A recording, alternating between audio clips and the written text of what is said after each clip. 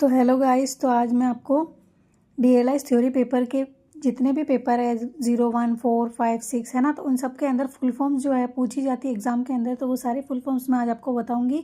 तो अगर आपके पास टाइम ना हो तो आप ये वीडियो देख ले, तो इसके अंदर मैंने सारे फुल फॉर्म्स आपको बता दूंगी इसके अंदर। तो आप इस वीडियो को एक बार ज़रूर देखी जाए एग्ज़ाम में जाने से पहले, क्योंकि एक ना एक पेपर के अंदर 1-2 फुल फॉर्म्स जो है पेपर में पूछी जाती है ना। तो जैसे कि फर्स्ट फुल फॉर्म है ALA की फुल फॉर्म क्या होती है? अमेरिकन लाइब्रेरी एसोसिएशन, है ना। तो ये वाली जो फुल फॉर्म है पिछले पेपर्स में आ चुकी है ये वाली, और ये वाली भी CAS करेंट अवेयरनेस सर्विस, ठीक है। ये भी आप पढ़ के जाए। उसके बाद DDC की क्या होती है? Decimal classification scheme. CCC की क्या होती है? क्लासिफाइड कैटलॉग कोड, ये CODE है ना, कोड। उसके बाद AACR की फुल फॉर्म क्या होती है? Anglo American cataloguing rules. उसके बाद NCERT है, ये भी फुल फॉर्म है पेपर के अंदर, आपके थ्योरी पेपर के अंदर 0, 5 या 6 के अंदर होगी। National counselling of educational research and training, है ना। और यूनेस्को की भी पूछी जाती है, यूनेस्को से लॉन्ग क्वेश्चन भी पूछा जाता है ना। तो United Nation Educational Scientific and Cultural Organization इसकी फुल फॉर्म है।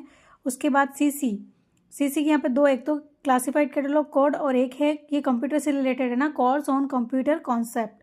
उसके बाद ओपेक की भी फुल फॉर्म एग्जाम में पूछ चुके हैं, ऑनलाइन पब्लिक एक्सेस कैटलॉग, और इसका लॉन्ग क्वेश्चन भी एग्जाम में आता है। उसके बाद IPR की फुल फॉर्म क्या है? Intellectual property right.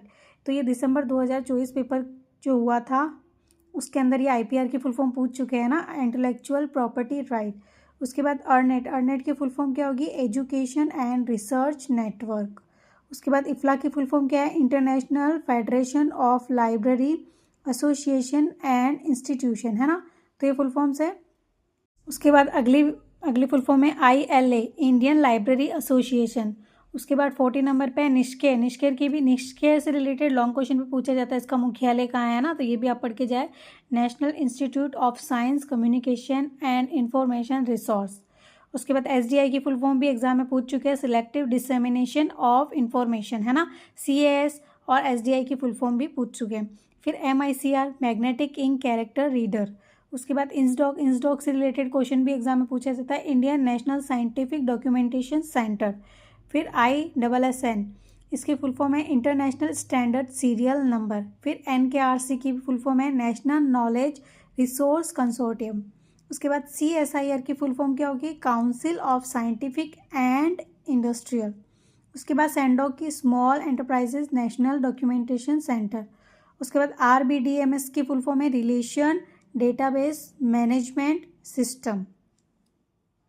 उसके बाद नेक्स्ट है FTP, फाइल ट्रांसफ़र प्रोटोकॉल। फिर ROM की फुल फॉर्म है रीड ऑनली मेमोरी, है ना, ये भी पूछी जाती है एग्जाम में। RFID की radio frequency identifier. MARC mark होता है मशीन रीडेबल कैटलॉगिंग। CCF की कॉमन कम्युनिकेशन फॉर्मेट। CDS की कंप्यूटराइज डॉक्यूमेंटेशन सिस्टम। फिर सोल से रिलेटेड भी क्वेश्चन आता है, तो आप उसको भी पढ़ के जाए। Software of university library. DELNET, developing library network. उसके बाद है URL की फुल फॉर्म है यूनिफॉर्म रिसोर्स लोकेटर। उसके बाद OCLC की फुल फॉर्म है online computer library centre. DOI की फुल फॉर्म है डिजिटल ऑब्जेक्ट आइडेंटिफायर, और ALU की फुल फॉर्म है अरिथमेटिक लॉजिक यूनिट। कुछ आपको DLIS थ्योरी पेपर है, उसके सारे पेपर्स के अंदर जितने भी फुल फॉर्म्स है ये सब मैंने आपको बताई है। तो आप ज़रूर इस वीडियो को देखें, आपके लिए हेल्पफुल रहेगी। और अगर आपको मेरी वीडियो अच्छी लगी हो तो लाइक करें, एंड आपको इससे रिलेटेड कुछ भी मुझसे पूछना हो तो आप मुझसे कमेंट में पूछ सकते हैं। एंड मेरे चैनल को सब्सक्राइब करें, प्लीज़ आप मेरे चैनल को सब्सक्राइब करें। Thank you.